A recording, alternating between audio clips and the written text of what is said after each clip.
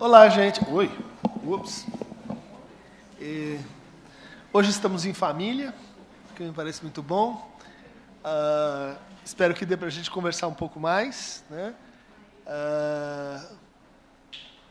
E vamos tentar fazer um fechamento desse percurso de trabalho esse semestre, né? E que, de fato, vai ser sincrônico com a conclusão, eu diria assim, ou com uma conclusão, que não é a terminal, mas é a parcial desse seminário, sobre uma das suas questões, né? Lembrando a vocês, né, esse seminário ele tem 3 grandes problemas cruciais. Assim. O primeiro seria redefinir ou definir melhor que tipo de consequência a gente tem para a teoria do significante, né, para a teoria lacaniana do significante, quando a gente começa a problematizá-la à luz da teoria do sentido e da significação, do Frege, né, e à luz das críticas que o Chomsky elaborou contra o estruturalismo clássico do Saussure, né. Então, o Lacan sempre foi muito sensível a isso, né, as evoluções, transformações, críticas que as suas teorias de referência, né, as suas teorias de base, a antropologia, do Lévi-Strauss, a linguística, do Saussure, a lógica, inicialmente do Frege, né, quando essas teorias de base sofriam, vamos dizer assim, abalos, modificações, críticas, o Lacan sempre tentava, então, rever o que isso poderia trazer para as suas próprias, né, ilações e conceitos. Então, isso está em jogo aqui, né? No nosso penúltimo encontro, a gente tinha discutido como começa a aparecer um desdobramento, uma modificação da relação entre signo e significante dentro do percurso, dentro do ensino do Lacan, né? Até então, o significante era uma parte do signo, o signo era considerado, em termos saussurianos, composto por um significante e por um significado. A partir daqui, a gente tem um deslocamento, uma separação entre o que a gente poderia chamar de teoria do signo, né, e teoria do significante. E esse deslocamento, essa separação, ela vai estar ligada à retomada ou à entrada, né, de um outro modelo de entendimento da linguagem, não saussuriano, mas proveniente da antiguidade, que é o modelo dos estoicos, né? Então, a problemática toda, né, de que tipo de relação a gente tem entre o material e o imaterial, entre o corpo e o incorpóreo, entre o sensível e o não sensível, ou a pura forma, né, à luz desse deslocamento, né, do significante saussuriano para o significante estoico. Essa é uma problemática. Ela começa lá na primeira aula desse seminário e vai até o seu final. A segunda problemática que atravessa esse seminário diz respeito à introdução mesmo, clínica, desse conceito que é o objeto A, causa de desejo, e já se encaminhando para a construção da teoria da fantasia, né, que é o que a gente vai ver de maneira mais enfática, mais forte, no seminário subsequente, sobre o objeto da psicanálise, 65, 66, e no seminário 14, né, a lógica do fantasma, né? Então, é essa problemática mais, vamos dizer assim, que alcança todo esse período da obra do Lacan, que vai do seminário 11 ao seminário 14, em torno do objeto A, e, claro, das consequências disso para a sua teoria da linguagem, para a sua teoria do significante, né? Esse deslocamento do significante para o signo, ele já acusa, né, essa problemática que eu tenho tentado, vamos dizer assim, reforçar, discutir com vocês, né, de que tipo de ontologia está em jogo com o objeto A, né? Acho que a intervenção do Ricardo, ela posiciona bastante bem, né, o tipo de problema que a gente tem, né, quer dizer, as conexões, né, as consequências entre a teoria do significante e a noção de desejo, a noção de demanda, né, a teoria dos touros como um modelo para isso, né? E assim por diante. Mas há um terceiro problema crucial, né, que justamente se adensa nessas 3 lições, da aula 17, da aula 18 e da aula 19, de 5 de maio a 19 de maio de 1965, que é uma tentativa de encontrar um modelo para a prática da psicanálise, né, para o que nós fazemos, né. E esse modelo vai bem além de como juntar a teoria do início do tratamento com a teoria do fim, né. E ele envolve que a gente tente sistematizar procedimentos, ações, né, interpretação, manejo de transferência, manejo de angústia, né, de uma forma, vamos dizer assim, convidando a um tipo de formalização que é diferente da formalização de conceitos, né? A formalização como, vamos dizer assim, fundamentação de uma área de saber, né? Por exemplo, na matemática, né? A formalização matemática que a gente viu aqui nos nossos encontros, por exemplo, a formalização do conjunto dos números naturais, né? A partir da lógica, da teoria dos conjuntos, ela especifica lá, ela redescreve um objeto que é relativamente inerte, né? Um objeto que é com uma série de números, né? Também, quando a gente pega o modelo de formalização que a gente encontra na antropologia, né? O modelo, por exemplo, das mitológicas, no Lévi-Strauss, em que a gente tem uma narrativa, no fundo um conjunto de narrativas que nos remetem a uma espécie de equação lógica ou de dispositivo lógico, né, que redescreve essas narrativas em termos de mitemas e de relações de negação, de síntese, de exclusão entre esses diferentes mitemas. A gente também tem aí um modelo de formalização que está baseado na produção de um objeto, né? Existe um objeto mito e a gente redescreve esse objeto, por exemplo, por meio de uma fórmula, né? A fórmula canônica do mito, né?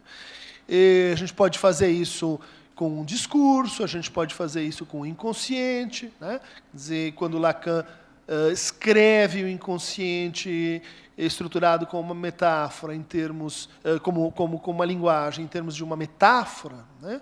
Ele está formalizando esse objeto sintoma desta forma, né? Fazendo-se valer da metáfora ou fazendo-se valer de uma formalização da formalização, que é quando a gente passa da metáfora para uma determinada escrita lógica. Tudo bem? Bom, só que formalizar objetos é diferente de formalizar práticas, né? Tanto que, na própria antropologia, o Lévi-Strauss dizia assim, eu consigo pensar bem o mito, né? Porque o mito é um sistema formal de transformações, ele evolui de uma série para outra, mas eu não sei se eu consigo pensar da mesma forma o rito, né? A relação entre rito e mito é uma relação instável, problemática, não fixa, né? Porque, de certa maneira, o rito é uma prática, o rito é um fazer, né? Não é só um saber, né? Bom, para esse problema, a gente viu que o Lacan traz um novo objeto topológico, né? Além do touro, além da banda de Moebius, além da esfera, né? Além da superfície, né? O Lacan introduz a garrafa de Klein. Ele diz, a garrafa de Klein, ela é um modelo para a gente pensar o que a gente faz, né? E o que a gente faz inclui assim, os objetos, inclui os mitos, inclui os discursos, inclui, enfim, tantas outras vertentes conceitualizáveis da análise, né? Mas é muito importante não confundir, então, formalização dos conceitos com formalização da prática, ainda que a prática seja descritível com os conceitos, né? Bom, me parece essencial nesse projeto assim do Lacan, que vai reaparecer em outros momentos. Por exemplo, o seminário sobre o ato analítico é um seminário 15, né, que retoma essa ideia. Como é que a gente faz para dar forma às operações que estão em jogo no tratamento, né? O percurso do tratamento, a árvore de escolhas, a árvore de alternativas que representaria o tratamento. Como é que termina o seminário 15?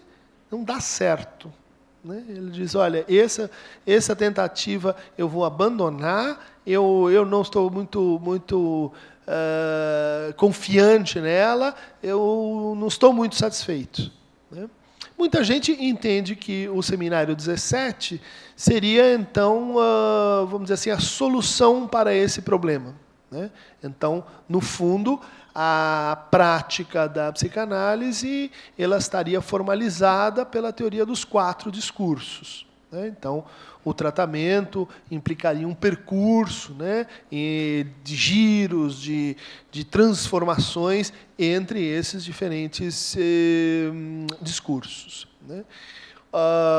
Já escrevi que não concordo com essa leitura, acho que prefiro ficar com os fracassos do Lacan do que com esse sucesso, né? Acho que é um desafio para a gente pensar, de fato, os problemas de fundamento envolvidos na formalização da prática, né? Não só na formalização da metapsicologia, dos conceitos, né?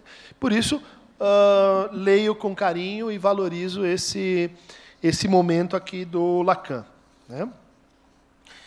Bom, mas além da garrafa de Klein, essas 3 sessões do seminário estão organizadas por um pequeno aforisma, né, por uma tese, que vai depois se desdobrar, né, nos últimos capítulos desse seminário, que eu já convido a vocês, quem tiver interesse, nós vamos lê-los no próximo semestre, né?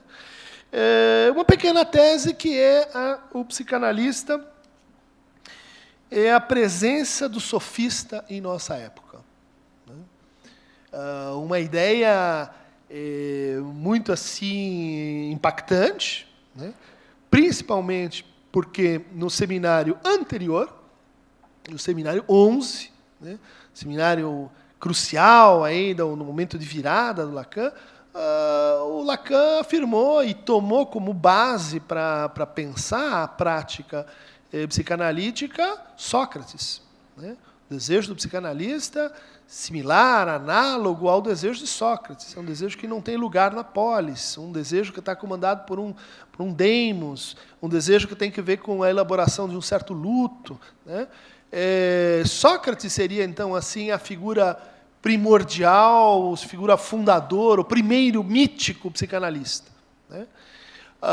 Depois, então, de dito isso no seminário 11, isso foi também aludido no seminário sobre a transferência, né, o seminário 8.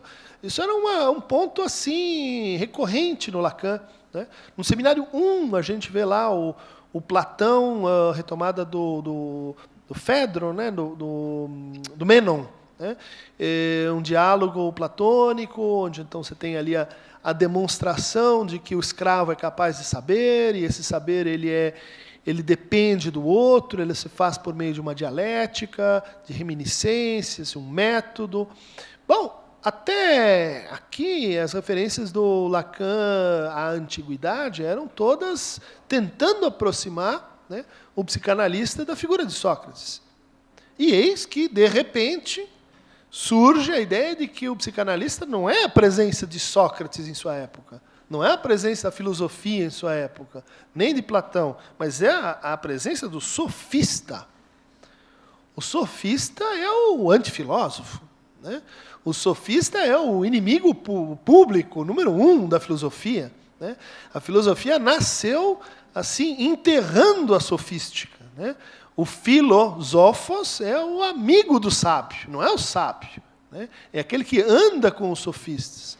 O sofista é o vendedor de moeda falsa, né? É o imitador do filósofo, né? É tudo aquilo que a gente precisa negar para constituir uma certa forma de conhecer e de interpretar o mundo, né? Ademais, o sofista é um interesseiro, né? É assim que ele é retratado na história do pensamento. É alguém que é pago para defender ideias que não são as suas, né? Ele é pago para defender uma causa jurídica, ele é pago para defender uma causa política, ele é o protótipo do que hoje assim, é a figura contemporânea do homem de marketing, né? O cara de publicidade. Ou seja, a gente vende o que o cliente quer que a gente venda. A gente não tem um compromisso com o objeto, muito menos com a verdade, muito menos com a fidedignidade do que estamos falando, né? Então, a declaração do Lacan ela é internamente assim, enigmática e externamente problemática. Que história é essa de que o psicanalista é um sofista, né? É um enganador, né? Aqui tem uma referência que começa a se desdobrar e especifica esse sofista no contexto de uma obra, né, que é o sofista contado e pensado do ponto de vista do filósofo, né? Ele não vai estudar Górgias, ele não vai estudar Isócrates, ele não vai estudar o homem à medida de todas as coisas, Protágoras. E ele vai pensar o sofista a partir do diálogo do Platão, chamado O Sofista, né? Então, o psicanalista e a presença do sofista em nossa época, e o sofista é o sofista apresentado pelos seus inimigos, né?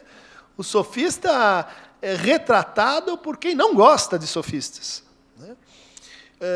Vejam que aqui começa uma conversa, que no próximo semestre a gente vai trocá-la em miúdos, examinar em detalhes, uma das conversas mais produtivas, eu diria, do lacanismo contemporâneo, né? Notadamente uma figura que vem sendo traduzida mais e mais no Brasil, chamada Bárbara Cassin, não sei se vocês conhecem, ela teve um debate com Alain Badiou sobre as fórmulas da sexuação, muito bonito, né, que foi traduzido. Também a gente tem pela 34 um trabalhinho muito legal chamado O Efeito Sofístico, né? E ela é uma helenista, né? Uma mulher muito assim impressionante, né? Assim, muito altiva, muito propositiva, né? Mas que estuda os gregos, né? Aquele tipo de gente que passa a sua vida consagrada ao manuscrito delta da metafísica de Aristóteles e etc. E que normalmente são aqueles sujeitos assim meio afastados, mesmo na filosofia eles são um grupo à parte, né? Um grupo que vive há 5 séculos antes de Cristo. Só que a Bárbara Cassin ela tem uma mania curiosa, assim, que é muito interessante, de estudar então a tradição sofística junto com a filosofia da linguagem contemporânea, né? Frege e Lacan, né? E ela tem um trabalho que a gente vai discutir aqui, que chama Lacan, le sophiste, né? Lacan, o sofista, né? Um livro, não está traduzido, mas sobre essa coisa, né? Como e por que Lacan é um sofista. Ele não é um sofista porque ele é enganador, mas ele é um sofista porque ele teria sido um dos únicos a levar em conta, a incorporar, a levar a sério aquilo que teria sido uma teoria da linguagem criada e inventada pelos sofistas. Obviamente, os sofistas não fizeram isso, porque os sofistas não são teóricos, eles não estão interessados numa justificativa pública, universal, sistemicamente transmissível. Os sofistas eles são o quê? São práticos da linguagem.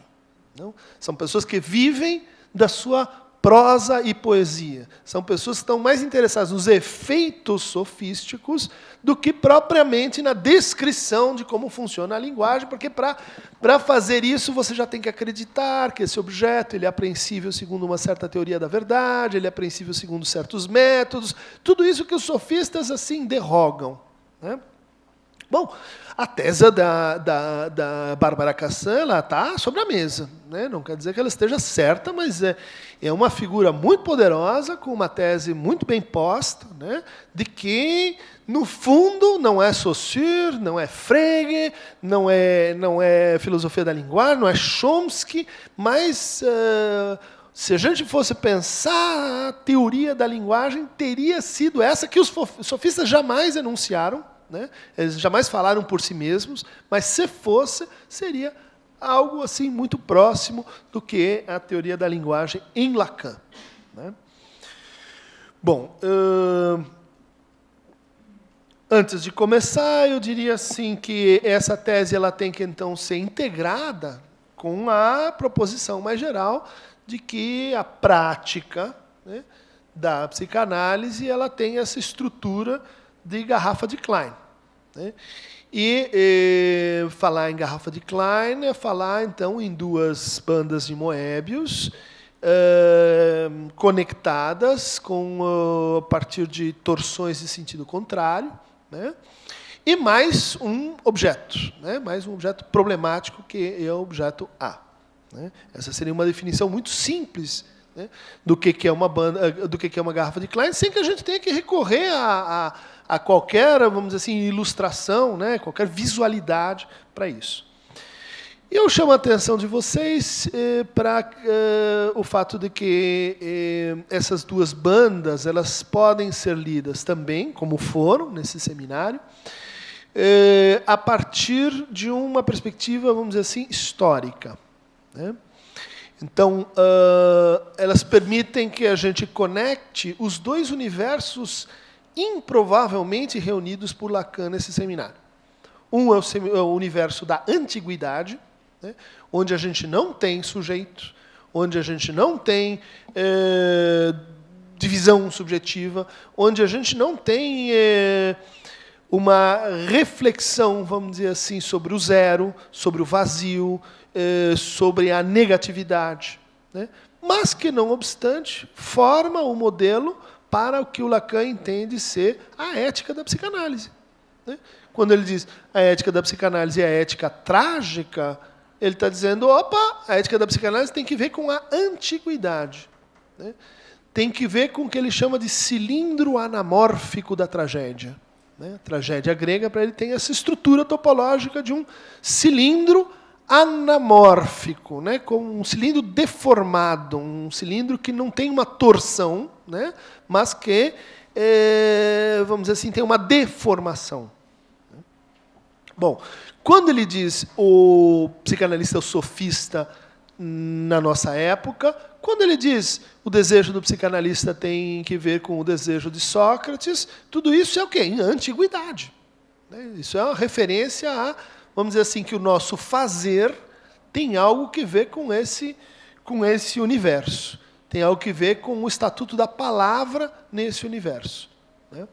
Mas, e aí eu digo, temos uma segunda banda, temos uma segunda fita de Moebius, que aparece aqui ligando a psicanálise com a modernidade, né? Ser psicanalista é uma posição responsável, a mais responsável de todas, uma vez que aquele a quem está confiada a operação de conversão ética radical, aquela que introduz o sujeito na ordem do desejo. Ordem na qual tudo o que há de retrospecção histórica em meu ensino, tentativa de situar a posição filosófica tradicional, lhes mostra essa ordem, que ele permaneceu de alguma forma excluído, né? Quer dizer, conversão ética radical. Isso é a antiguidade. Isso é a tradição do cuidado de si, né? Conversão era o ato de libertação de um escravo por um senhor grego, né? Em que, simbolicamente, ele tinha, antes de se tornar livre, que dar uma volta em torno de si mesmo. Fazer um giro. Esse gesto, né, chamado então de conversão, se torna um gesto simbólico para dizer assim, eu mudei de estatuto, né? Uma coisa extremamente rara, né? Extremamente assim, fortuita no universo como o da antiguidade, onde a lei tem escravos e tem senhores. Né? Alguns, de vez em quando, né, passam de escravos a senhores. O que constitui a modernidade? Todos são senhores, né, e todos são escravos. Né? Essa divisão, né, isso é textual no Lacan. O que diferencia a antiguidade da modernidade? Primeiro ponto, existe uma tensão entre um e outro. Um com letra maiúscula e outro com letra maiúscula. Infere-se, na antiguidade não há essa tensão. Um é um, o outro é outro. Né? E, de fato, isso é uma interpretação bastante razoável, né, do que seria o cosmos grego. Né? Cosmos é o quê? Esse nós, que é uma totalidade fechada. E, do outro lado, a gente tem eles, que são os bárbaros. Né? Mas nós não nos definimos pelos bárbaros. Né? Os bárbaros são aqueles que não falam a nossa língua. Eles são outros, são estrangeiros, que a gente pode até receber, a gente pode até acompanhar, mas eles não têm que ver com descobrir quem nós somos. Nós somos um. Né? E esse um é definido por si mesmo. Né? Esse é o cosmos fechado. O que a gente tem na modernidade? A descoberta de que esse cosmos fechado é um universo infinito. A questão da infinitude é, então, própria, descoberta, né, tematizada, própria da modernidade. Segundo ponto, nós, modernos, temos essa relação com o desejo, né, baseada no um a mais.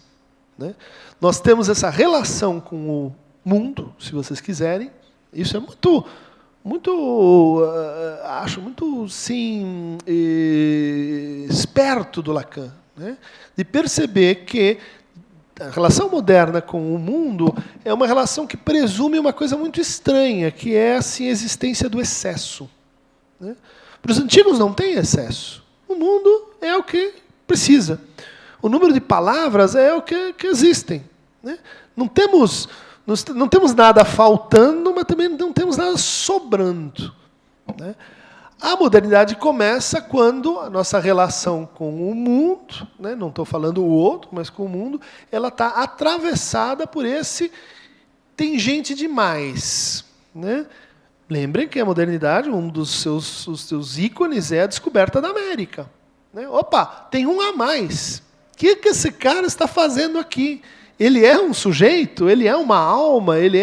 Nós devemos salvar os habitantes do Novo Mundo, os indígenas, ou eles são assim animais? Né? O que é que eu faço com esse excesso? Isso é uma questão moderna, não tem para a antiguidade. Né?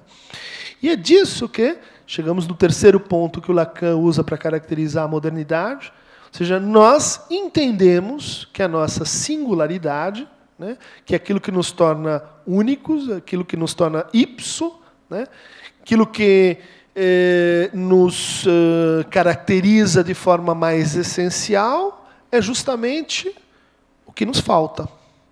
Né? Não o que nós temos, os nossos traços, né, nossos dotes, nossas virtudes, essa é a retórica da antiguidade, mas aquilo que nos falta. Né? Se você é capaz de dizer assim, em toda extensão, aquilo que falta, e quanto mais você é capaz de dizê-lo, mais singular você é. Outra característica interessante. Quarto traço da modernidade lacaniana é que se coloca, então, aí um sujeito que não tinha, né, na antiguidade, se coloca aí um sujeito marcado por uma divisão. Né? Por uma divisão que ele está entre, né, isto ou aquilo. Melhor dizendo, nem isto, nem aquilo. Né? Ou a bolsa ou a vida. Né? Ou o sentido ou o ser. Né? Ou eu ou outro, um ou o outro. né?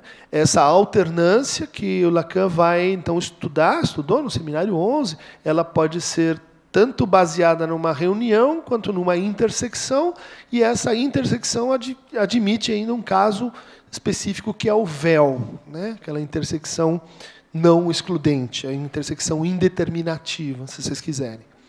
Ele diz, bom, para esse sujeito caracterizado desta maneira, a gente tem, então, o último traço, né, do sujeito moderno, que é o que ele chama de nominação fantasmática. Né? Retomando o que a gente viu nos nossos encontros durante esse semestre, né, sobre a teoria da nominação, como o quê? Como uma teoria da sutura. Né? O nome próprio, né? Você é isso. Né? O nome diagnóstico, se vocês quiserem, é, no fundo, uma sutura, né? Um fechamento desse ou, isto, aquilo, é uma obturação da divisão por meio de uma nomeação. E agora essa nomeação adquire o sentido de, bom, isso tem que ver com a estrutura do fantasma. Né? Que ele ainda não sabe qual é, ele ainda não estudou metodicamente o que é o fantasma, mas aqui chegamos a ele. Né? Então, e considerando que o objeto A é um dos termos essenciais do fantasma, é pensar, né, radicalmente o que é essa estrutura clínica, é pensar o que é o objeto A e as modalidades de alienação que o sujeito pode encontrar em relação a esse objeto, e pensando que, se aos gregos, se à antiguidade, se aos sofistas faltava uma teoria do sujeito, não faltava uma teoria do objeto. Né? Por isso ele vai, quando ele vai estudar a transferência e os deslocamentos do objeto, ele vai ler Platão. Ele vai ler o Banquete. Quando ele vai estudar o amor, ele vai descobrir que o objeto do amor é a galma. A galma é grego, é coisa de grego. Né? Então, o que a gente tem aí? Entre as duas torções, né? A torção, a falsa torção cosmológica dos antigos e a verdadeira torção do sujeito nos modernos, a gente tem um objeto que faz essa ligação disjuntiva, que é o objeto A. Né? O objeto A é um conceito que também obedece a uma historicidade, se vocês quiserem. Né? Ele é um ponto de ligação, né? Ou de disjunção entre a antiguidade, entre o sofista, né? E a modernidade, ou, se vocês quiserem, essa grande figura da modernidade, que vai dar o modelo da teoria do sujeito para o Lacan, que é o Descartes. Né? Então, quando Lacan diz o sujeito da psicanálise não pode ser senão o sujeito da ciência, e o sujeito da ciência ele foi descrito e formalizado, né, por meio de conceitos por Descartes. Então quer dizer que a psicanálise é modernidade. Opa! Não, parênteses, ponto e vírgula, não, porque o objeto da psicanálise não é modernidade. O objeto da psicanálise está lá desde os sofistas. O objeto da psicanálise é mais antigo que o seu sujeito. Né? Isso explica por que a gente teria, vamos dizer assim, práticas que inspirariam a ética da psicanálise sem que a gente tenha, propriamente, um sujeito para a psicanálise. Né? Isso vai se desdobrar de uma maneira inesperada nessas três aulas desse seminário, quando o Lacan reformula, né, ou descreve a sua teoria da garrafa de Klein, dizendo assim, para que serve a garrafa de Klein em termos de formalização? Ela consegue formalizar a estrutura de um jogo. E a prática psicanalítica é semelhante a um jogo. Pensar a prática, né, formalizar a prática, é o mesmo que formalizar um jogo. Né? Isso é muito assim, útil. Por quê? Porque um jogo pode existir antes de ser jogado. Né?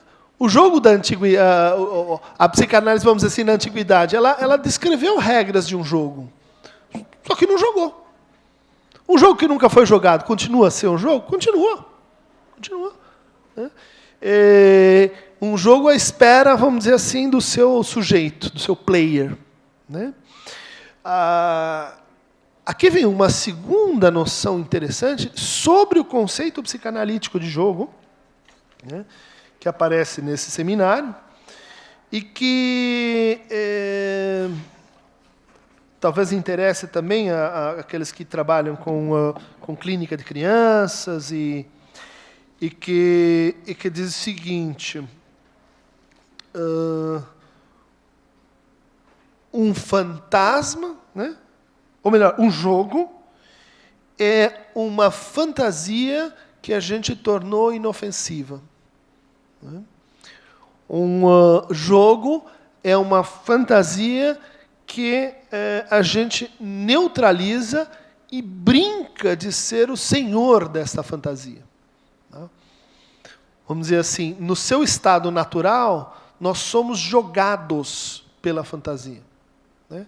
Nós estamos participando de um jogo, né, que nos joga. Nós somos uma peça na fantasia, nós somos um personagem na fantasia, nós somos uma possibilidade, ou nós estamos dentro de uma das possibilidades da fantasia.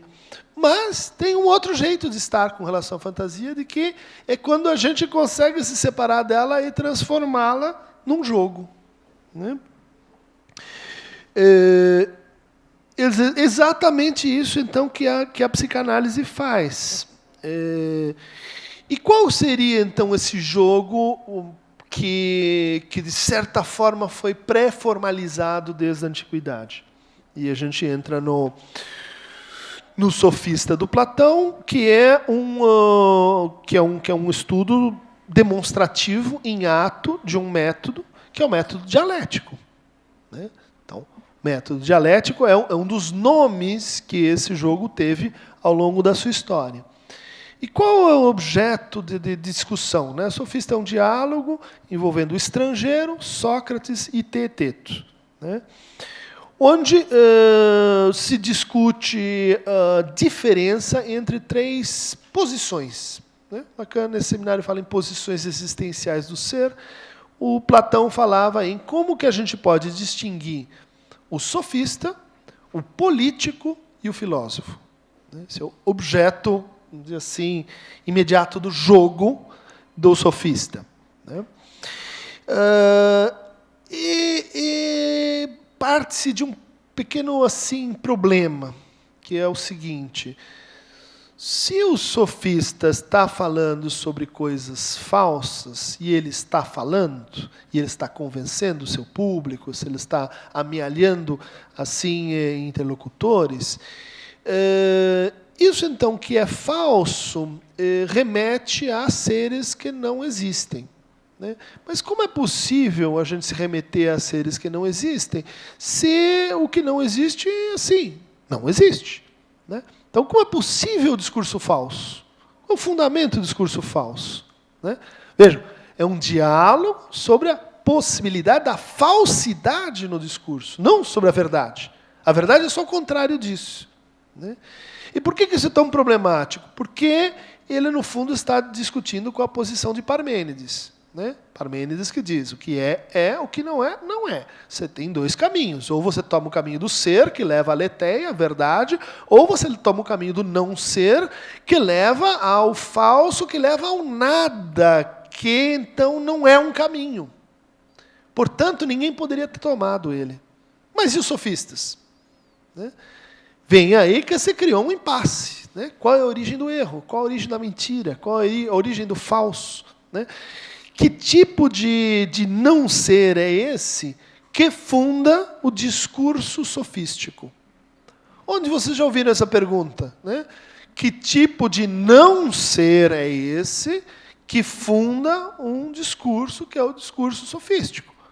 Bom, parece assim uma cópia da formulação de Lacan em direção da cura e os princípios do seu poder, onde ele vai dizer justamente: se a gente quer dirigir o tratamento, primeira coisa é suspenda o seu ser, jogue com o seu não ser. É aí que o psicanalista é. Ele é mais psicanalista ali na medida em que ele não é. Bom, o ponto de saída para essa conversa é, naturalmente, então, os sofistas, né? Começa a ficar um pouco mais claro essa afirmação. Uma segunda curiosa aproximação se dá no caso, né? No caso eleito para discutir a possibilidade de um discurso falso, que é o caso da tentativa de descrever o que é um pescador de anzol, né?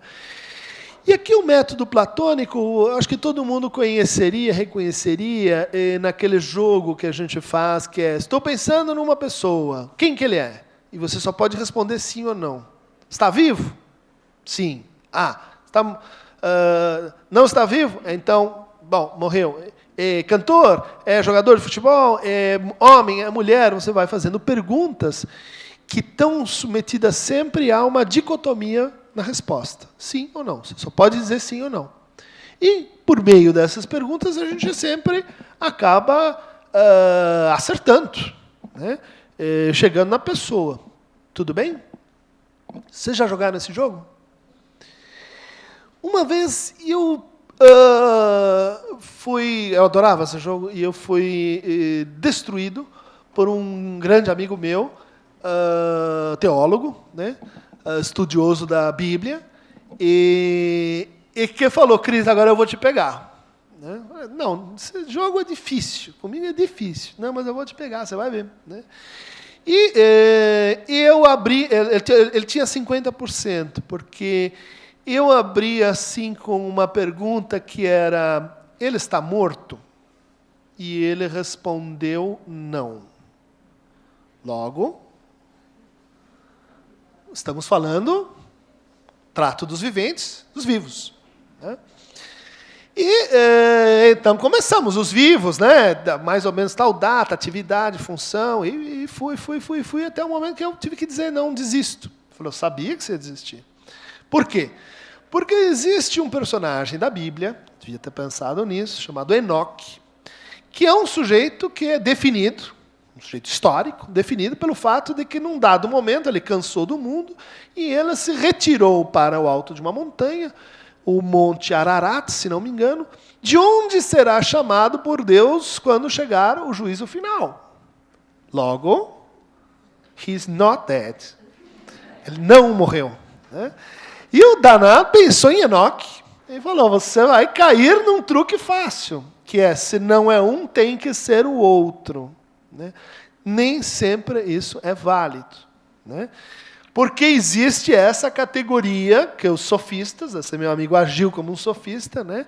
Ele foi capaz de descobrir um não ser. Né? Enoque resiste a essa divisão binária de que o que é, e o que não é, não é. Ah, mas não tem uma terceira? Não tem. Não tem uma terceira, mas tem uma negação imprópria de uma segunda. Né? Tem uma teoria da negação que é problemática no método platônico. Né? E que o sofista vai explorar. Né? Bom, mas então, o método platônico é aplicado então à definição do pescador, e chega-se a 5 definições canônicas do que é um sofista. Né?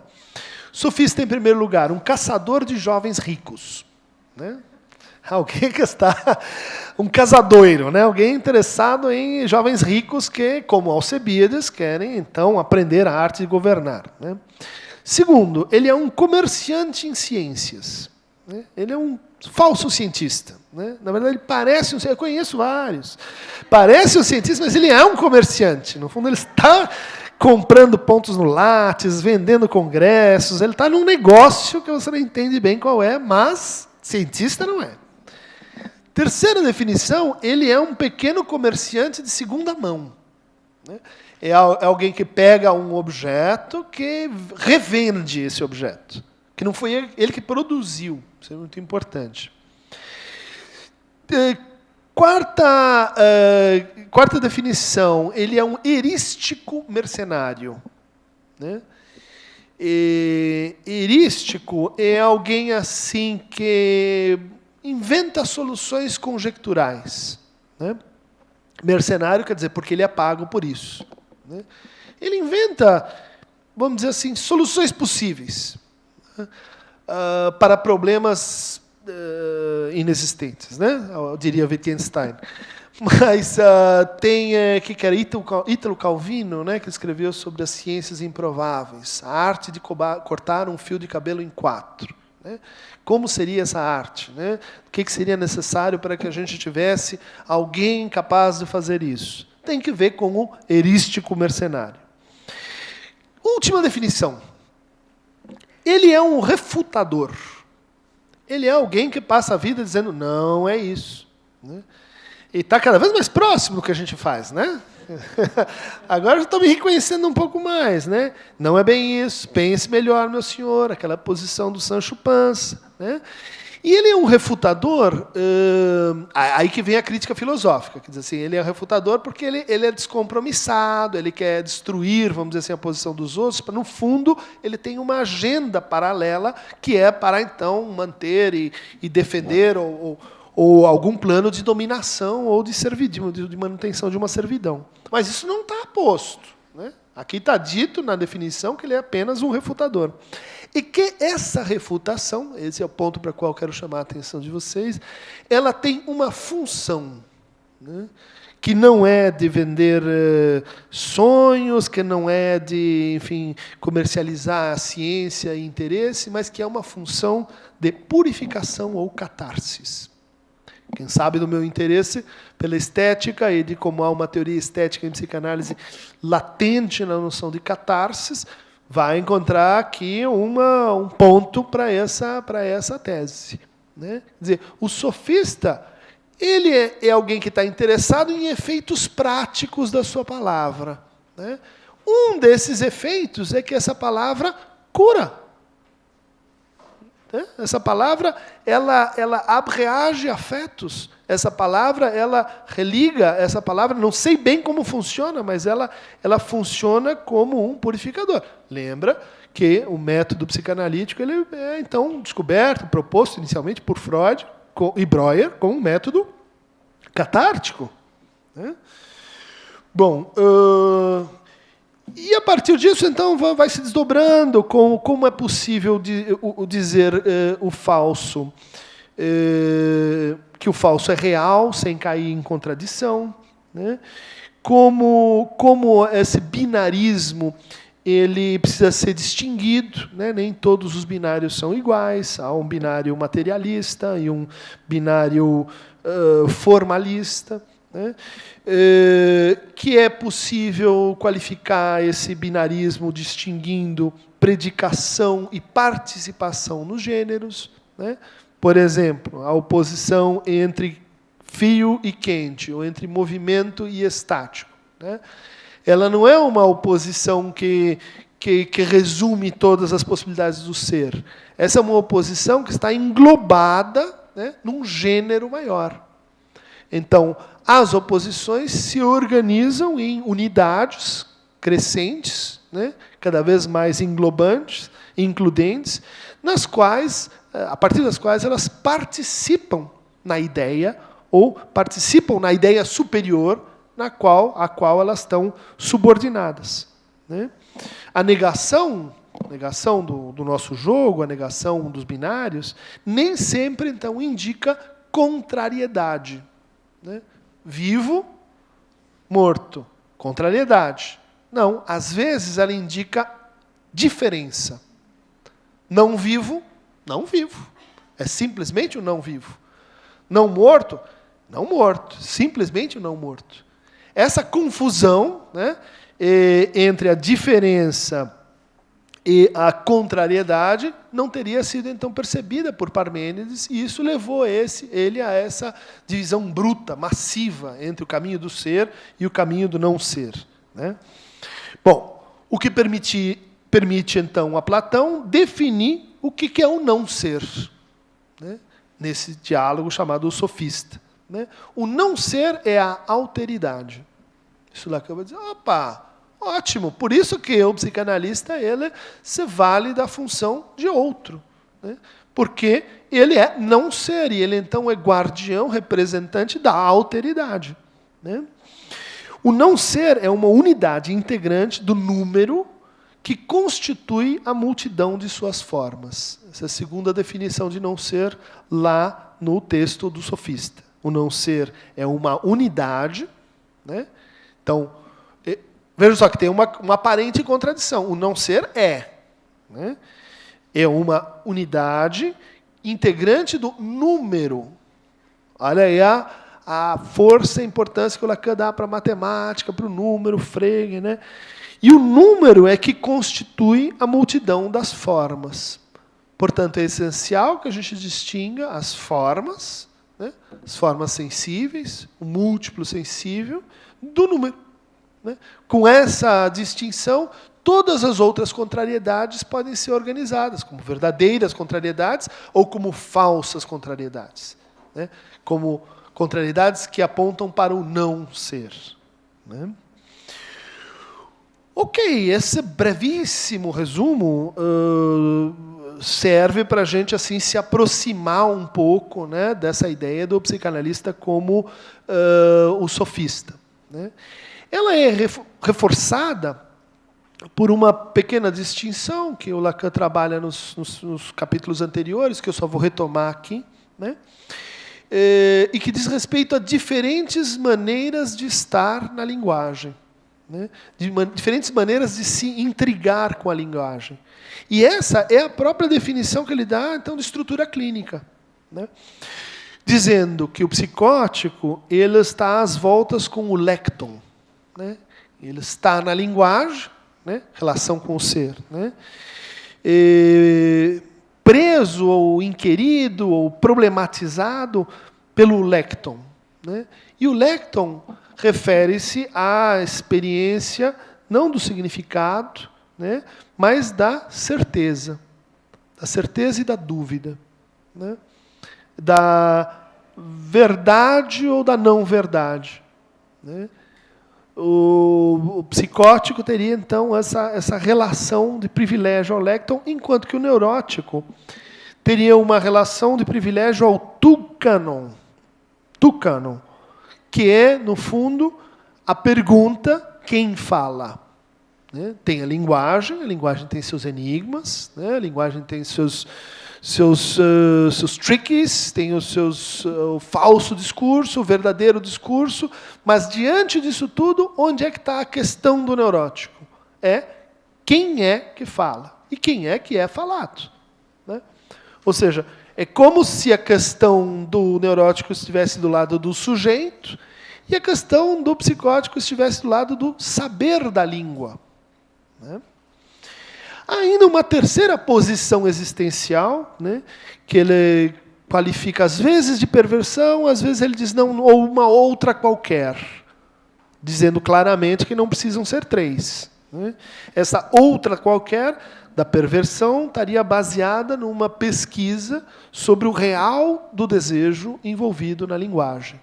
Né? Então, quando um pergunta sobre o saber da língua, o outro pergunta sobre o sujeito, e o terceiro pergunta sobre assim, o objeto, né? O objeto da linguagem, né? O real, a satisfação, a verdade, né? Que está em jogo no desejo veiculado pela linguagem. Há ainda uma quarta posição, talvez uma posição que englobe as outras, né? Mas que é definido pelo onoma, de onomástico, né? Que é definido pelo nome, que também é uma parte da linguagem. Né? A linguagem é saber, a linguagem é sujeito, a linguagem é também verdade, né? A linguagem é satisfação, vamos dizer assim, mas a linguagem é nome. Né? Primordial, onde o sujeito se especificaria em sua relação ao mundo inteiro do significante. Isso é muito interessante. Então, tem o onoma, os nomes, né? E os nomes permitem que a gente se coloque em relação ao mundo. Né? Vocês devem acompanhar essa leitura que eu venho propondo aqui e ali, no meu livro, por exemplo, de que Mal-Estar na Civilização é um texto, tudo bem, sociológico, mas profundamente filosófico do Freud, porque ali está sua teoria, né? O seu entendimento do que é o sujeito no mundo. Não o sujeito em relação ao outro só, né? Em relação à sociedade, em relação às leis, mas a Welt, né? O mundo. E aqui o Lacan usa essa expressão, né? O onoma posiciona o sujeito em relação ao mundo do significante, né? Bom, então chegamos aqui a essas três posições existenciárias, né? A ideia do psicanalista como sofista e a ideia de que a psicanálise é uma prática, essa prática tem estrutura de um jogo, ela pode ser formalizada como um jogo, né? Um jogo a 3 jogadores, não só 2, né? Tem o sujeito dividido, né?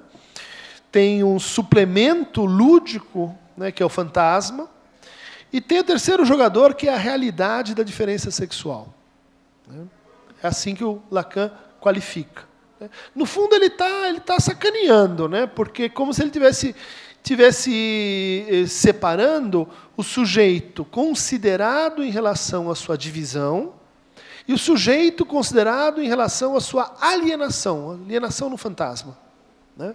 Quer dizer, vamos contar que são 2 sujeitos diferentes. E vamos contar que poderiam ser até 3 sujeitos, se a gente levasse em conta, vamos dizer assim, o sexo do sujeito, né? A verdade sexual do sujeito, né? Então, são 3 jogadores, né? Bom, oi. Um é o sujeito dividido, né? Sujeito considerado enquanto divisão, entre fala e língua, entre enunciado e enunciação, entre desejo e demanda, entre significante e significado, entre o eu e o outro, enfim, tem uma gramática assim, de divisões, né? E que ele vai dizer, olha, isso é uma maneira de considerar o sujeito. Outra maneira é, em relação à defesa, em relação à angústia, em relação ao fantasma, em relação aos diferentes modos como o sujeito se abole como sujeito. O sujeito se desqualifica como sujeito, se ausentifica como sujeito. Daí ele aparece como outra coisa. Ele não aparece mais como player, mas ele aparece como um sujeito que está sendo jogado pelo jogo. Ah, tá bom, então são 2 jogadores assim divididos. E o terceiro jogador é um jogador, vamos dizer assim, meio antropomórfico, né? Que é a diferença sexual, né? Ela participa do jogo, ela dá cartas também, né? O inconsciente define ele nesse sentido. Que eu interprete.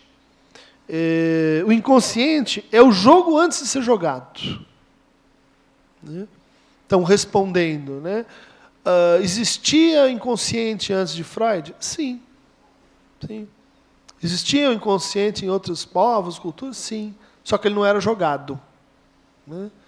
Ele é articulado a um jogo quando Freud traz para essa cena, que é a cena clínica, do diálogo, né?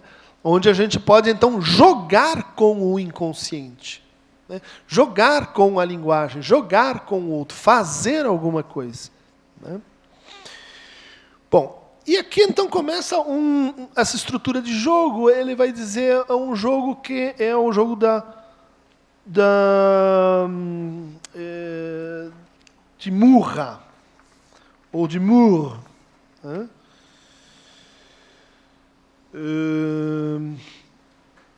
Que traduziram por Murrinha, né? Que eu nunca ouvi falar, nesse jogo de Murrinha,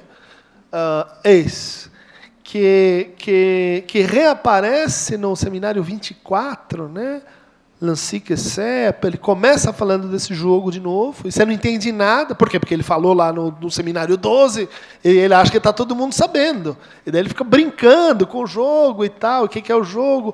O inconsciente é o inconsciente é o saber que não se sabe. L'Ambevie, todas essas coisas que estão aqui, começou aqui, né? Quando ele, pela primeira vez, diz a psicanálise é um jogo, e esse jogo é um jogo de Murrinha, que pela tradução, no Stafferla, que comenta bem essa passagem, descreve um jogo que estaria parecido com o nosso palitinho. Sabe palitinho? Você tem 10 palitos, você coloca e daí cada um diz um número, que vai ser o número de palitos que vai ter, e quem acertar tira um palito, até que tem um que fica sem palitos, e daí ganha o jogo. Né? Só que quando esse é o Morrinha, Lemur. Quando ele descreve o jogo, é mais uma coisa do tipo Jockey-Pô. Né? Pedra, papel e tesoura. Né? Em que você tem, então, um jogo, isso me parece mais pertinente, né? Um jogo de negações. Né? O papel ganha da pedra, né? Mas o papel perde para a tesoura. E a tesoura perde para a pedra. Né? Então, um perde para o outro perde para o e é um sistema. Né? Um sistema de negações, um sistema composto por 3 elementos. E, de fato, o jogo que o Lacan descreve como sendo o jogo psicanalítico é composto por 3 alternativas. Eu acho muito boa essa formalização, talvez muito mais prática que a do ato analítico, pela sua extrema sensibilidade, né? Pela sua extrema capacidade de ser incorporada. Né? Assim, quando a gente está escutando um paciente, a gente vai tesoura, pedra, papel. Né? As intervenções. Né? Ou espera. Né? Espera. Bom, tem cara que esperou, foi embora, eu não sei porquê. Você não fez nada. Você não falou nada. Você acha que a pessoa vai entrar em análise e vai fazer tudo sozinha. Tem que fazer alguma coisa de vez em quando. Também não é para fazer toda hora. Mas de vez em quando tem que fazer alguma coisa. Né? Então, fazer. Né? Pedra, papel ou tesoura. No nosso caso, sujeito, saber ou verdade. Né? A nossa escuta, né? ela seria, vamos dizer assim, uma escuta meio negativa, no sentido de se o sujeito põe um, a gente põe o outro. Se o sujeito põe o outro, a gente põe o terceiro. Se a gente põe, e assim vai, contando que, às vezes, ele também toma iniciativa. Né? Não é sempre a gente que está na posição, agora tesoura, agora pedra. Não, às vezes tem o tempo envolvido. Né?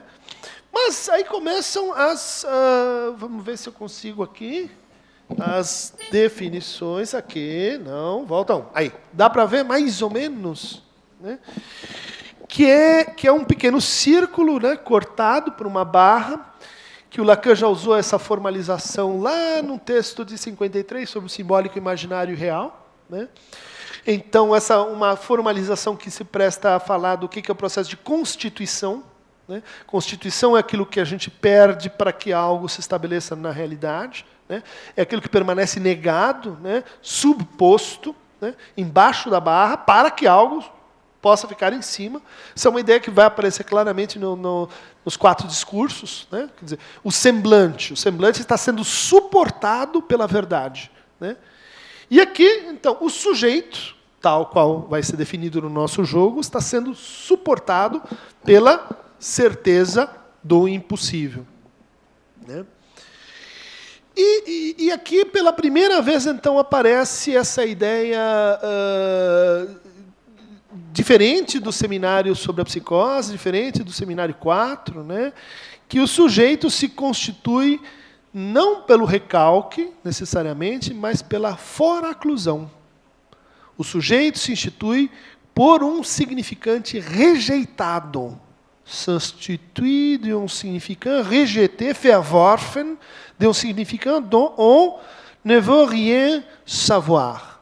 Né? Um significante que é excluído do simbólico. Isso é uma ideia, gente, que é uma tremenda mudança. Né? Até então, o sujeito neurótico se constitui por recalque. O sujeito perverso se constitui por renegação, né? Por Verleumdung. E o sujeito psicótico se constitui por Verwerfung. Né? São processos constitutivos distintos. O que ele fez? Ele distinguiu, disse, não, tem relações diferentes com a linguagem, lecton, tu canon, onoma, e todos os sujeitos se constituem por foraclusão. Todos eles. O neurótico, o psicótico e o perverso. Né? Então, a gente tem 2 usos da foraclusão. Agora fica mais claro o que ele está falando com esses 2 sujeitos. O sujeito da divisão se constitui por foraclusão. O sujeito do fantasma, o sujeito que se aliena. Ah, tá, então aqui a gente tem modos diferentes de alienação. Você tem a preservação da Verwerfung, na psicose, você tem o recalque na neurose, você tem a recusa na perversão. Por quê? Porque você dividiu os players. São 2 jogadores, e não um só. Né? Muito elegante. O sujeito de onde temos que partir, veja só, o jogo psicanalítico, então, ele começa desse ponto, do sujeito. O sujeito de onde temos que partir é a peça que falta a um saber condicionado pela ignorância. O sujeito, na medida em que ele pode ser inconsciente, não é a representação, ele é o representante. O sujeito de onde temos que partir é a peça que falta para o saber. Né? Já li. O que temos aqui, está faltando a mais importante, que é uma nova definição do inconsciente, que eu perdi em algum lugar, mas acredita em mim que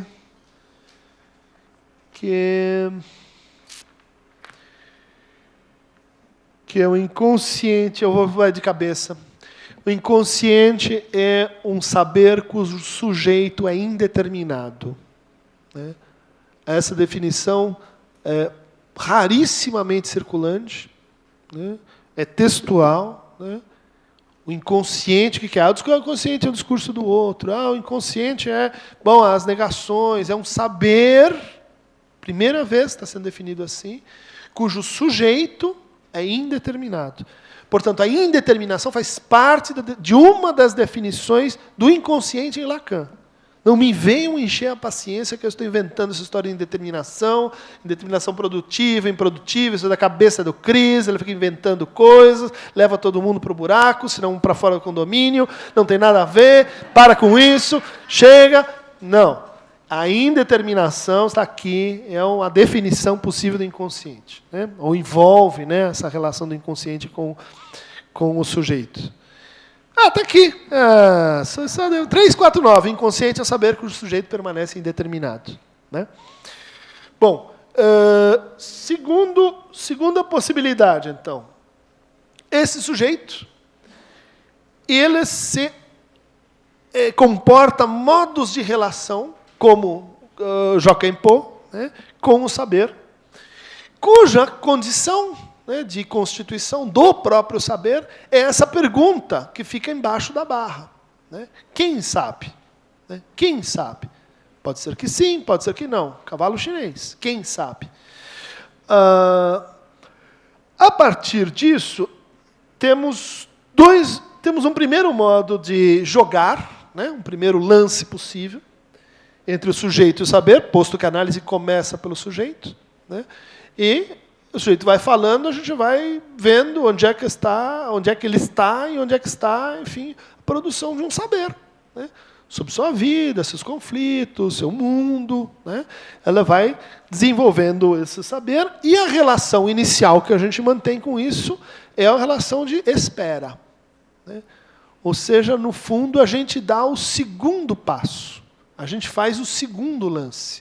Né? A gente começa pelo sujeito e a gente espera. E outras vezes a gente vai esperar, porque esse jogo vai se repetir. Né? Mas aí vem um segundo modo de relação entre o sujeito e o saber, né? Que é o suposto. Ou seja, o que a gente tem aqui é a montagem da transferência. Né?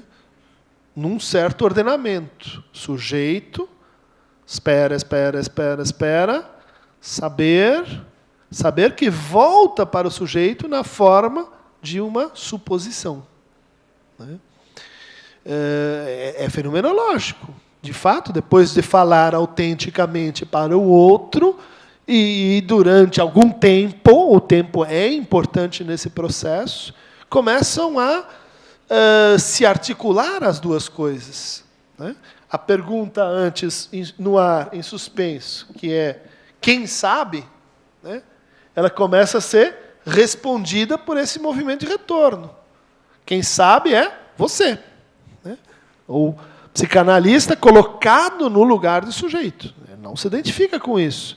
Mas a gente vai falando e a gente vai criando de um lado o saber e do outro um sujeito que é suposto a esse saber, que é o sujeito suposto ao inconsciente, né? Bom, daí nós temos um terceiro momento nas relações, ou terceira possibilidade nas relações desse jogo psicanalítico, né? Em que de um lado tem suposição, do outro lado tem espera, né? Mais suposição, mais espera. Mais espera, menos suposição. Você pode ter variáveis nessa modulação do tempo, né? São duas categorias temporais, né?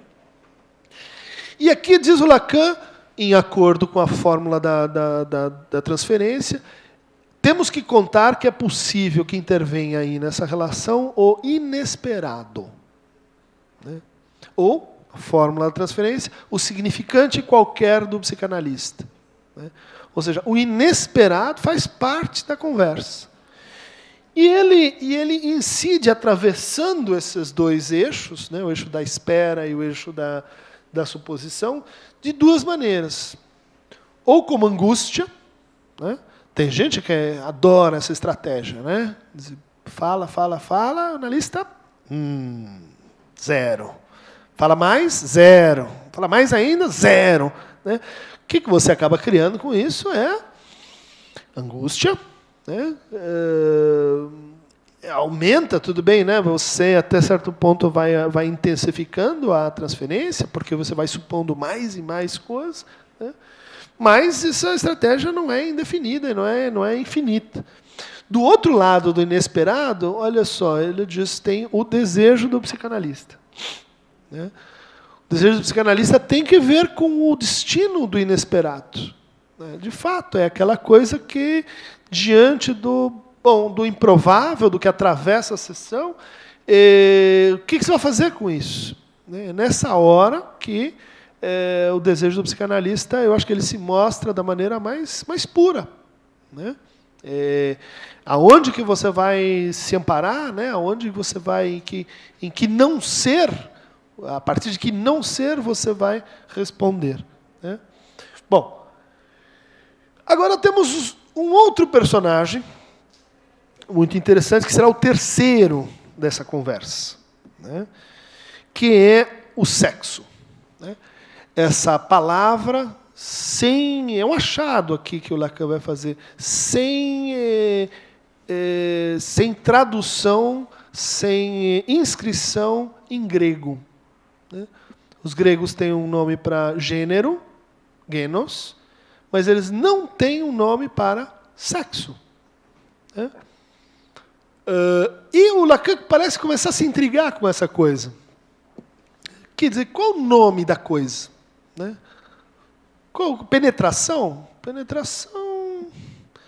Penetração é, vamos dizer, ambíguo, né? Pode variar, né? Trepar, transar,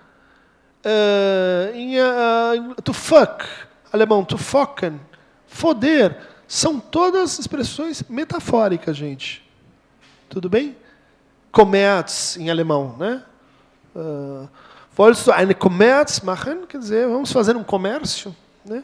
Ou intercourse, né? Vamos fazer um intercurso. Já pensou em ter um intercurso com seu namorado? As palavras que a gente usa para transar, né? O transar é um pouco essa tradução de comércio, né? De intercurso, né? As palavras que a gente usa para o sexo são horrivelmente aproximativas, né? Mesmo nas outras línguas. E em grego não tem. Em grego tem homem, mulher, tem mulher e homem junto, homem, bom, tanto faz, né? E dessa observação assim, linguística, semântica, né? Quer dizer, uma indeterminação do nome. Lembra do nome? Da nominação, do fantasma como o onomata. Ele diz, o que falta em grego? O onomata para sexo. Né? Para o nome do que nós estamos falando. E isso que é sem nome é o que teríamos que trazer à luz como verdade, como revelação, como aletheia, né? Aí eu cito na página 350. A verdade está no dizer sobre o sexo. E é porque ele é impossível de dizer, olha a constatação mais banal, mais linguística, né? Que a posição do analista seja impossível. É por isso, é porque é impossível dizê-la por inteiro, que dela provém essa suspensão da fraqueza, da incoerência secular no saber. Né? Ou seja, a verdade do sexo, o saber sobre o sexo, né? Essa junção entre as duas coisas é justamente o que não há. Em que o sujeito se manifesta como sendo justamente o sinal, o resto, o resíduo desta falta em saber por onde ele se reúne. No sexo como entidade dessexuada.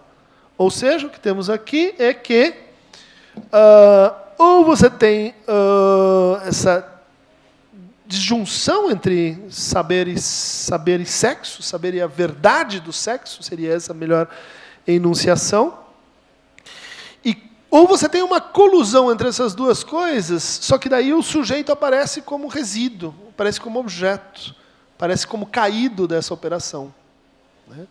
Então, é o jogo do jogo em pó. Né? Ou você tem o sujeito, o outro pode jogar saber. Joga com saber, responde com a verdade. Tem a verdade, você pode voltar para o sujeito. Né? O importante nesse jogo é que a gente saiba onde está aquele que está falando, né? E que possa responder em uma dialética diferente. Né? Uma dialética que, vamos dizer assim, faz uma passagem de uma desses polos para um outro polo. Né? É assim que a análise anda ou não anda. Acho isso de uma simplicidade e de uma eficácia tremenda. Né? Muitas vezes a gente escuta hipertinentemente um paciente dizer: a análise não anda, eu estou patinando, eu estou aqui e tal. Isso é expressão do quê? Eu estou trabalhando muito o saber.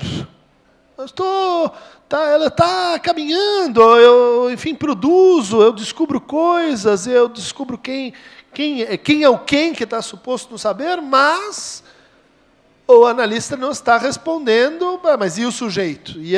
Como isso passa para a sua divisão enquanto sujeito? Né? Outras tantas vezes, a análise cai sobre o peso da verdade que não se dialetiza, que não passa para o saber. Né? Então, sou um fracassado, humilhado, alcoólatra, algo que não dá certo, eu sou uma coisa gozante para minha mãe, ou sou um objeto usado por os homens, e bom, essa é a verdade que fica toda a sessão, e bom, só tem verdade. E só tem a verdade, claro, impossível de ser dita, mas o sujeito preso naquela enunciação sobre o seu ser sexual, né? Quer dizer, o seu ser para o outro, sem saber, sem desenvolvimento de saber. Né? Ou sem subjetivação, né? Sem que isso se balde para a divisão, que deveria fazer parte do jogo. Né?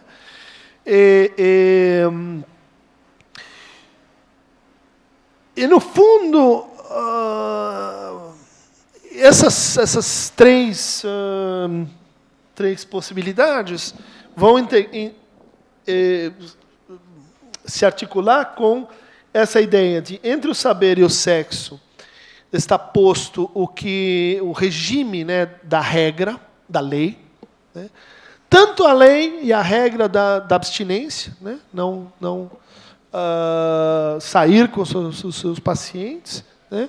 A regra que interdita, né? Saber de um lado, a verdade do sexo do outro, quanto a essa relação que o sujeito faz com a verdade do sexual. Né? Qual é o nome dessa relação? O Lacan diz, isso é aposta. Né? É aí que o sujeito aposta, né?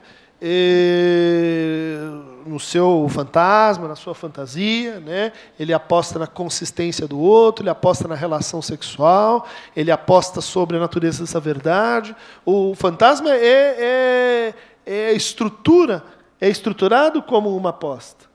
E o que volta do sexo para o sujeito? Né? A falta.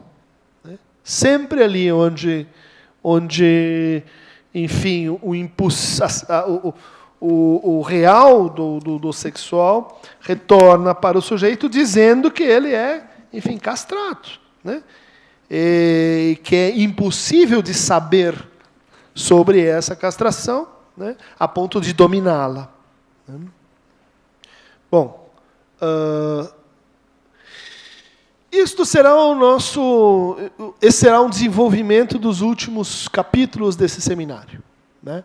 Ele vai, em cima dessa fórmula, né, torná-la mais ainda complicada, né?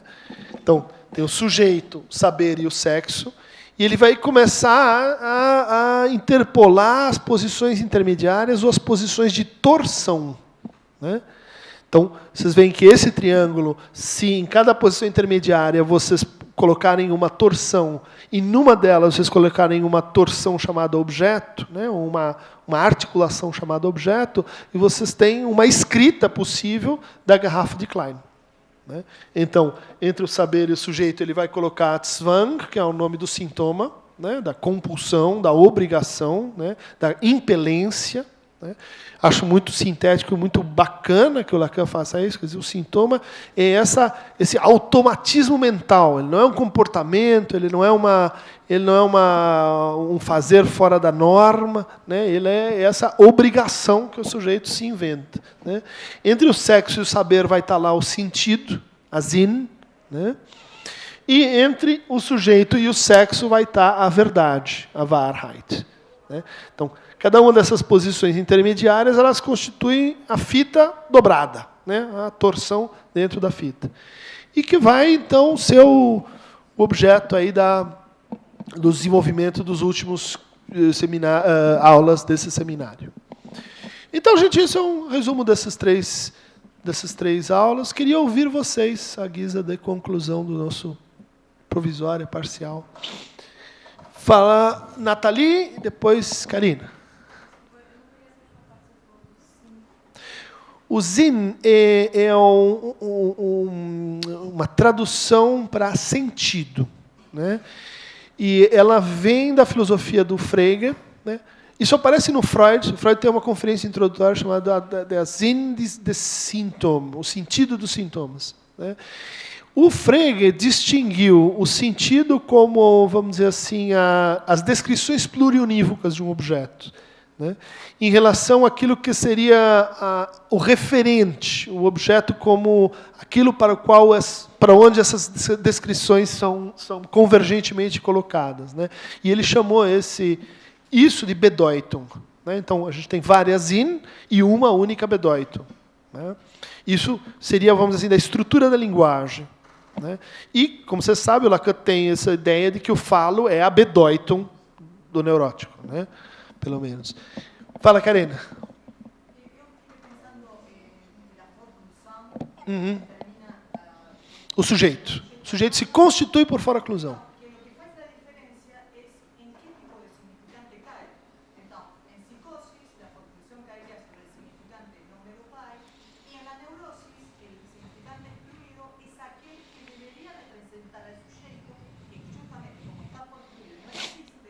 Uhum.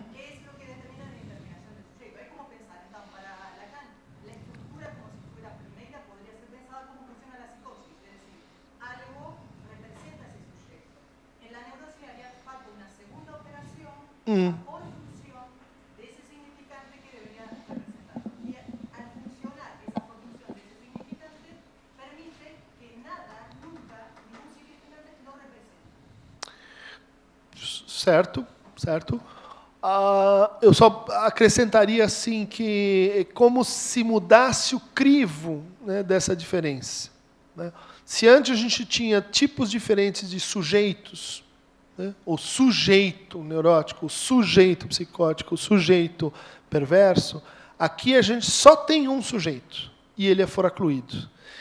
E a gente tem variações, ou patologias, se você quiser, do fantasma, ou da defesa, né, ou da angústia. Ele tá tateando, nós estamos antes ainda do seminário. No sujeito considerado na relação com o fantasma que se aplica a divisão que você, as distinções que você teceu, né? Mas Antes disso, então, a gente tem o sujeito e a gente tem essa partição anterior. O sujeito, a verdade e o saber. Né?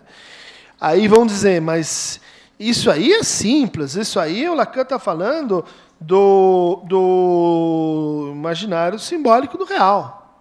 Né? Leio para vocês. Os três polos, os três termos do sujeito, do saber e do sexo, que são evidentemente a tripolaridade, que é essencialmente a tripolaridade que é extraída da nossa experiência da psicanálise e, como tal, questionável. Seguramente isso é uma etapa, e uma etapa maior de alguma coisa que inauguralmente fundou-se sob minha terminologia, opondo ao modo de categorias primárias o simbólico, o imaginário e o real. Página 398, é bem lá na frente isso. Far-se-á de bom grado, então, a correspondência, a superposição dos três termos, saber, sujeito e sexo, para esses três termos, simbólico, imaginário e real.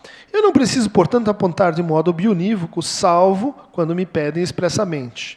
Mas é certo que aí é um caminho percorrido e mesmo um caminho bem grande, e que um não poderia, de forma alguma, tomar a postura do ser o conteúdo do outro. Ou seja, que os três polos da segunda tríade não podem ser, de forma nenhuma, preenchidos pelos três polos da primeira, real, simbólico e imaginário.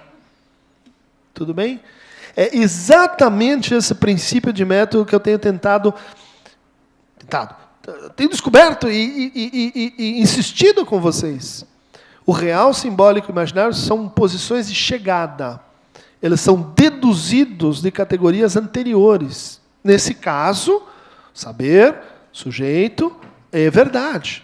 Eles são inferidos do significante. Como, não sei se o Ricardo vai concordar, mas eu acho que a exposição dele foi no sentido de reforçar isso.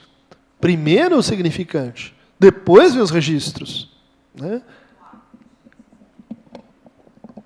O objeto A no sujeito, saber e verdade.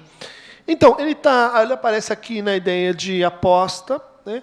Ele já aparece ligado à fantasia. Né? Um dos dois jogadores. Sujeito dividido, fantasia, né? E ali está o objeto. E o real do sexo, a verdade do sexo. Essa verdade do sexo também está articulada com essa noção de objeto A. Né?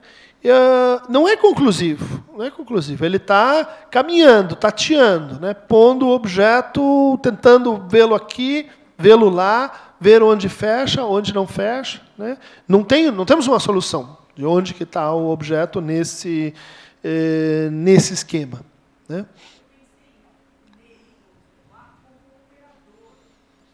Uhum. Sim. Uhum. Aí o operador seria algo mais assim, como a pontuação, a interpretação, onde você põe a escuta. O Lacan usa uma imagem que é assim, onde você vai pôr o pacote mais pesado e onde você vai pôr o pacote mais leve. Né? Você tem um banquinho com três posições. Se você puser todo o seu peso, no sentido mais intuitivo, assim, o peso da escuta, né? Para onde aonde você aposta, né? Aonde você convoca, né, o sujeito, como o sujeito dividido, no saber ou na verdade do sexo. Né?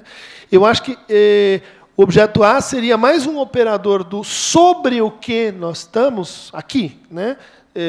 Fazendo, operando, do que, de fato, um agente. Porque ele, do ponto de vista do agente, ele tem três sujeitos. Ele não fala tem um objeto que é um agente.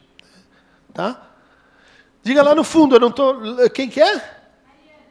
Ah, oi, Ana, tudo bem?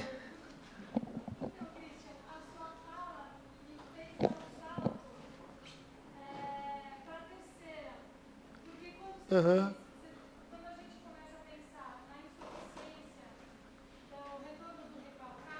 Uhum. Como modelo de entendimento da constituição do sujeito, né?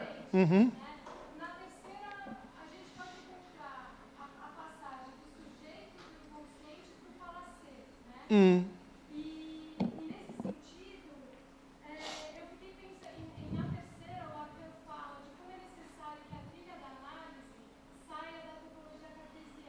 Uhum.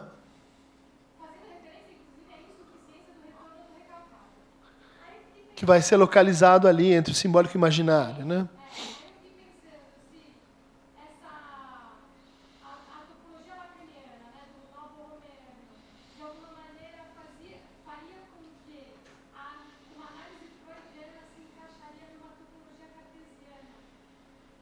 Você diria assim, essa é uma topologia cartesiana? Uhum.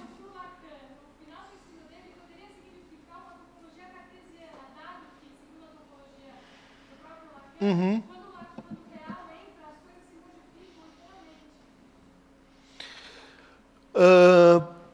Então, isso seria uma violação relativa, né, desse encaminhamento que o Lacan, dessa estratégia. Acho que ele pode mudar a estratégia. Acho que na terceira, eventualmente, a gente tem outro caminho para a coisa, né? Mas a estratégia do Lacan ela é muito forte aqui. Ele está querendo pensar, ao mesmo tempo, em termos, vamos dizer assim, sincrônicos e topológicos, e em termos históricos, né? Quer dizer, a antiguidade, a modernidade. Quando você fala topologia cartesiana, você encerra a psicanálise na modernidade, né? Então, aí você vai pensar só com essas categorias, né? Há um descompasso, vamos dizer assim, ou um trabalho para você fazer da garrafa de Klein para o RSI, né? São dois modelos, né, que jogam com a noção de espaço, principalmente com a noção de relação, né? Porque os registros, nesse momento avançado aí da obra do Lacan, eles tentam incluir uma coisa que aqui não é tematizada, que é a ideia de fracasso da relação. Aquilo que não entra em relação, aquilo que fica em exterioridade à relacionalidade, né? Então, como que a gente inclui na própria topologia, vamos dizer assim, na nossa forma de pensar, aquilo que é estranho a essa lógica? Com os modelos, né? Agora, a terceira, ela tem um problema, vamos dizer assim, e uma fraqueza, eu quero crer, que é um uso da topologia como uma espécie de geografia, né? Você tem os elementos, né? O inconsciente, a vida, a morte, o recalcado, e você vai localizando esses elementos, esses conceitos, né, nas diferentes regiões formadas pela tríade topológica. Acho esse um modelo de formalização mais fraco que esse aqui, né? É um modelo mais simples. Parece mais complicado, mas ele é mais simples, né? Agora, ele tem um ganho. Ele inclui as não relacionalidades, né? Ele inclui 3 níveis, vamos dizer assim, de negação e não só 2 como esse. Tá? Que mais? Oh, fala, Helena. No último, esse. Se a gente pensasse no sofrimento, poderia pensar o sofrimento da Zwang? O sofrimento é Zwang e o sofrimento é saber também, né? É uma articulação entre a Zwang e o saber. Sim, senhora. Fala, Bruno. A noção de sujeito como efeito da linguagem. E a gente tem 2 teorias da linguagem. Tem a teoria do sofismo e tem a teoria do socialismo. Que não são inteiramente incompatíveis, né? Mas em algum ponto são. Então, a minha questão é essa. Se trataria de tentar uma conjunção das duas, ou se o analista faria melhor em manter que elas são incompatíveis e, de acordo com cada momento do caso, você atuar com a sua escuta baseada em Pensando nesse modelo, a gente podia imaginar assim, né, que para pensar as relações entre saber e sujeito, entre inconsciente e sujeito, talvez a ideia sussuriana de significante seja suficiente, né? Um significante representante, né, de um sujeito para outro significante. Talvez seja ok, né, para essa relação, né? Agora, se você quer pensar também o impossível do sexo, talvez você tenha que se tornar um pouco mais estoico, né? Talvez os incorporais, né? Talvez essa noção sofística de linguagem, ela seja mais útil, ela provê recursos, né, para pensar essas relações da verdade com o saber e da verdade com o sujeito, que na teoria saussuriana você não tem, né? Me parece que isso seria assim mais lúcido, né? Pensar as teorias a partir do nosso modelo de prática, e não o contrário só. Né? Sempre a teoria, daí você diz o que eu tenho que fazer com isso, porque é isso que a teoria prescreve. Você tem um caminho inverso. A prática prescreve coisas. A prática prescreve como você deve pensar, ou pode pensar, ou como é mais útil pensar. Né? Daí a ideia de que uma formalização da prática ela pode servir como uma reorganização radical dos conceitos. A gente normalmente se embaralha com Lacan, porque os conceitos eles vão mudando, eles vão tem uma história, tem os movimentos de cada um e etc. E a gente tenta imaginar assim que as transformações de conceito elas inferem, né, elas deduzem uma transformação de prática. Não é necessário isso, né? Você pode pensar que é a prática que faz esses conceitos se transformarem. É ela que está à frente e não as costas. Né? Tudo bem, gente? Oba. A questão do nome do sexo. Ah, sim. Se a gente pensar o vídeo de sexo como conhecer, a gente teria uma pista impossível de saber, postulado que o sexo do outro é sempre outro sexo. Boa colocação. Só que aí é o sexo como lecton, né? É o sexo como saber. Conhecer, saber. Né? E daí Adão e Eva se conheceram. Mas é, de novo, uma perífrase. É tão assim aproximativo como Adão e Eva transaram, assim, trocaram coisas. Não é o nome, não é o onomata. Onomata lembra, né, que a gente estudou, é o designador rígido, a bedeutung, é aquilo que é o invariável, que reúne um conjunto de descrições, de Sinns. Né? O que acontece quando se trata do sexo é que você só tem Sinn, você não tem bedeutung. Né? Qual é o nome do sexo? Né? A bedeutung do sexo. Daí eles, mas os latinos inventaram sexos, né? Divisão, separado. Né? Coitus. Né? Coitus, tristeza, né? Aquele que está isolado. Pode ser. Mas os gregos não. Os gregos ainda têm esse problema. Tá bom, gente? Então vejo vocês no semestre que vem. Quem não receber a programação do seminário, me escreve. Diz, Cris, não recebi, porque os meus e-mails são sempre confusos, erráticos, anômicos e indeterminados. Tchau.